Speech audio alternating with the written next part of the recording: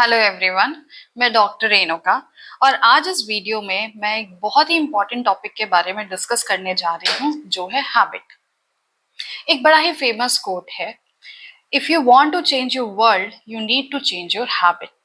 किसी भी नई सक्सेस को, किसी भी नए गोल को अचीव करने के लिए हमें किसी नई हैबिट को डेवलप करना पड़ता है, but it's not that easy. वरना हर कोई जो भी न्यू ईयर रेजोल्यूशन बना रहा होगा वो ऑलमोस्ट नेक्स्ट ईयर तक उसको कंप्लीट कर लेगा, but there are only 1% of people who are able to complete their new year resolution.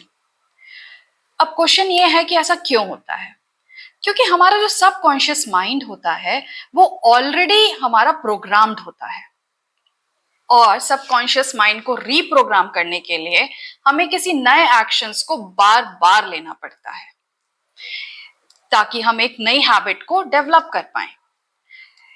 मैंने इसी से रिलेटेड एक नई बुक पढ़ी हुई है जो हमें नई हैबिट को डेवलप करने में हेल्प करती है, and it's a very effective book which is written by James Clear, and the name of the book is Atomic Habit.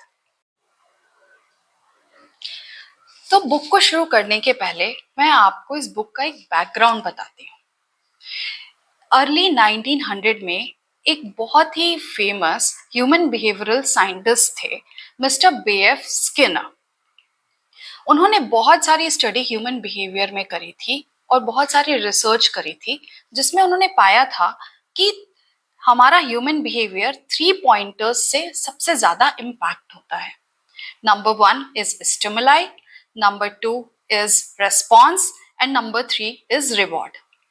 इसके बाद बहुत सारी स्टडीज और बहुत सारे साइकोलॉजिस्ट ने भी स्टडी करी थी और ये पाया, इस पैटर्न को एक नाम दिया था जिसका नाम है operant conditioning.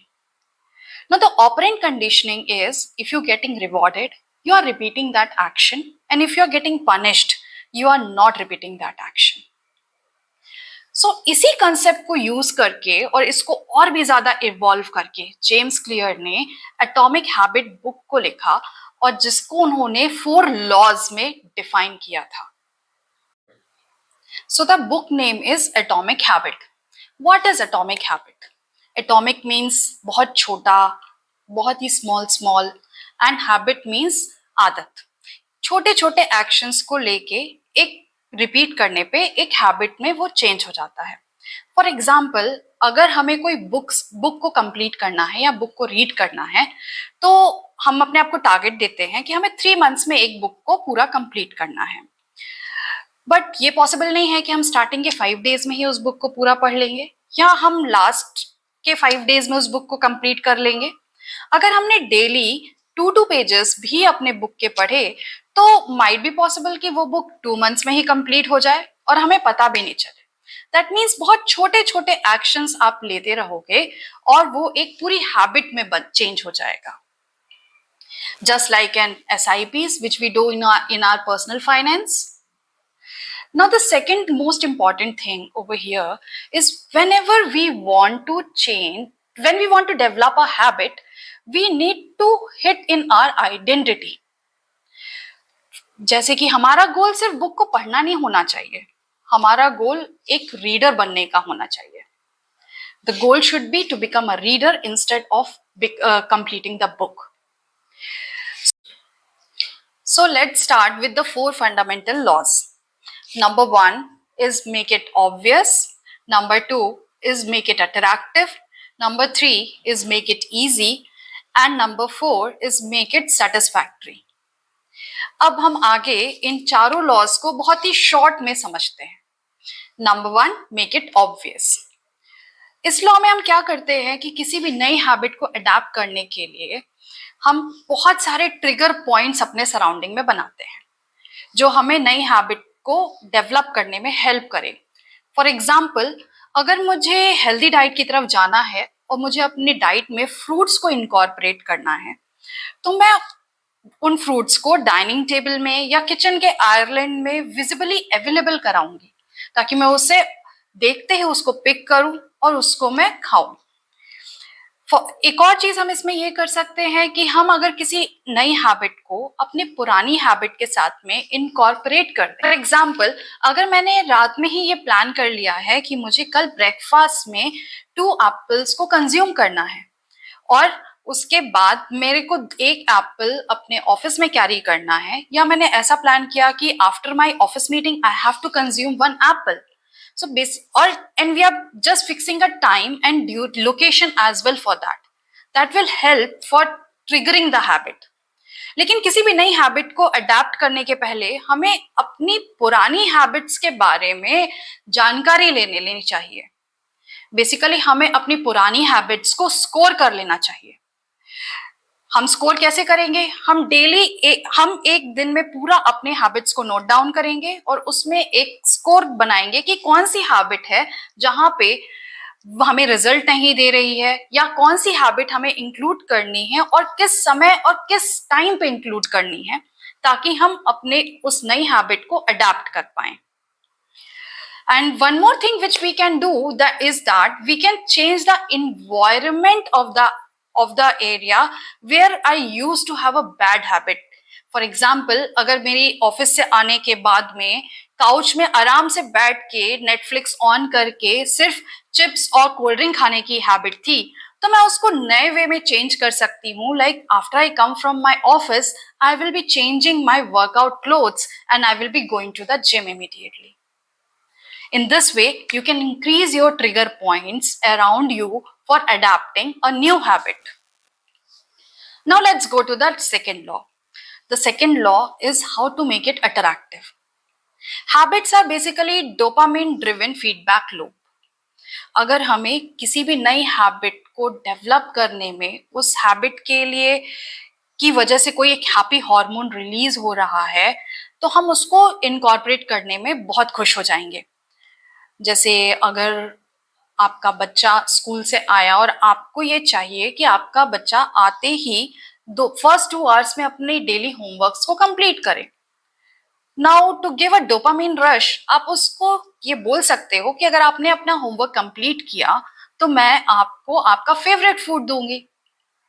For that favorite food, your kid will make sure that he completes his homework after coming from school. जितनी ज्यादा ये क्रेविंग होगी, हमें डोपामिन रश जितना ज्यादा होगा, उतना ज्यादा हम उस हैबिट को अपने लाइफ में इनकॉर्पोरेट करने की कोशिश करते रहेंगे. Now the third law is how to make it easy. हमें किसी भी हैबिट को शुरू करने के लिए सबसे पहले उसको इजी बनाना होता है.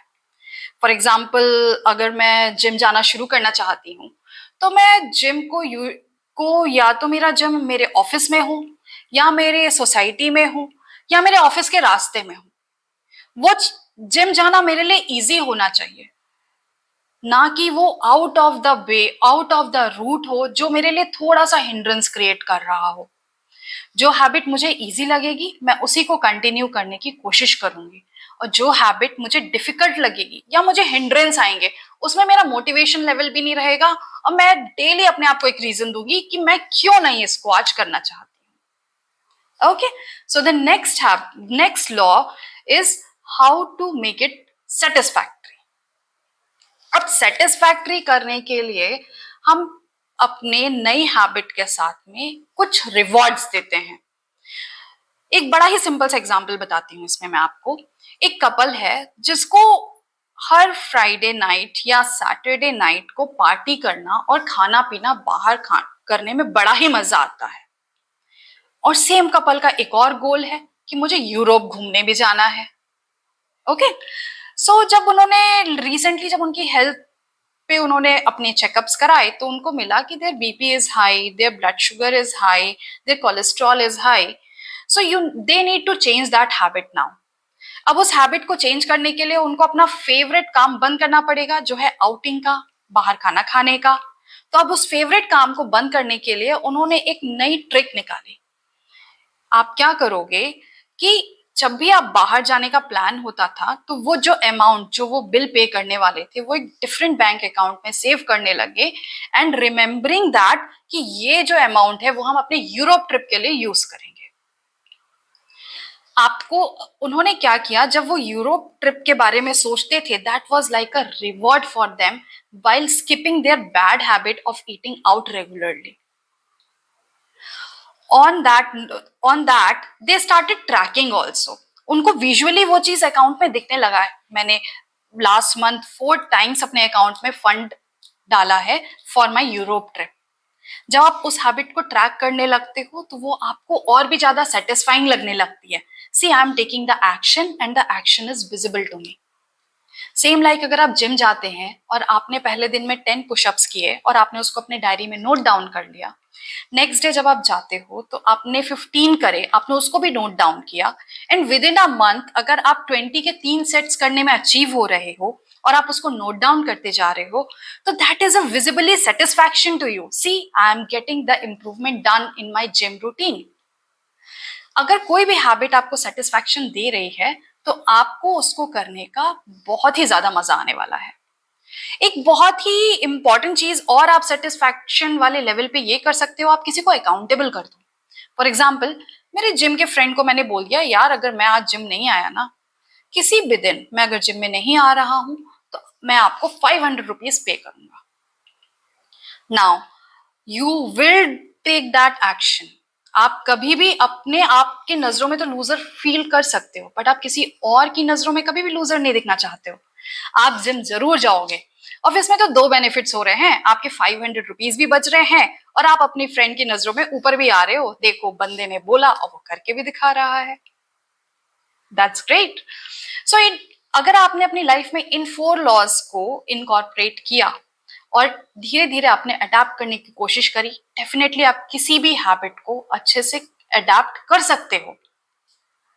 लेकिन मैं आपको एक चीज बता दूं, जब भी आप इस बुक को पिक करोगे, आपको ऐसे हजारों एग्जाम्पल्स मिलेंगे जिनको आप पढ़ोगे और आप मोटिवेट होगे।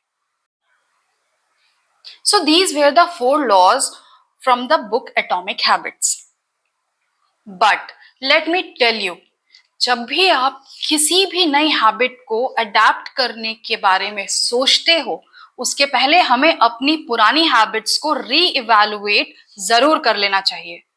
एंड इस इवैल्यूएशन को हमें अपने लाइफ के डिफरेंट फेजेस में करना चाहिए। कौन सी पुरानी हैबिट है जो हमें अब लाइफ में रिजल्ट नहीं दे रही है, और कौन सी नई हैबिट है जिसे हमें अपने लाइफ में अडेप्ट करने की अब जरूरत है। समय के साथ बदलाव की बहुत ज्यादा जरूरत होती है। And one more important thing वो ये है कि जब भी आप किसी भी हैबिट को अडेप्ट करते हो तो उसके पहले हमें उसका कंपैटिबिलिटी जरूर चेक करना चाहिए। इसका मैं एक सिंपल सा एग्जांपल देती हूँ। अगर आपकी हाइट 7 फीट है और अगर आपने बास्केटबॉल प्ले करने का प्लान किया है, दैट इज रियली गुड। वो फिजिकल हाइट आपको बहुत ज्यादा हेल्प करेगी बास्केटबॉल प्ले करने के लिए। लेकिन अगर आपने जिम्नास्टिक प्लान किया है with 7 feet of height, it will be a great hindrance for you, and at last you will be demotivated and you will not be interested to continue it. So it's always good if you reanalyze कि आप कौन सी habit आपके लिए किस समय पे जरूरी है और किसकी आप डाउनफॉल को इजिली मैनेज कर पाओगे। आपको वैसी ही हैबिट्स को पिक करना चाहिए अपने लाइफ में।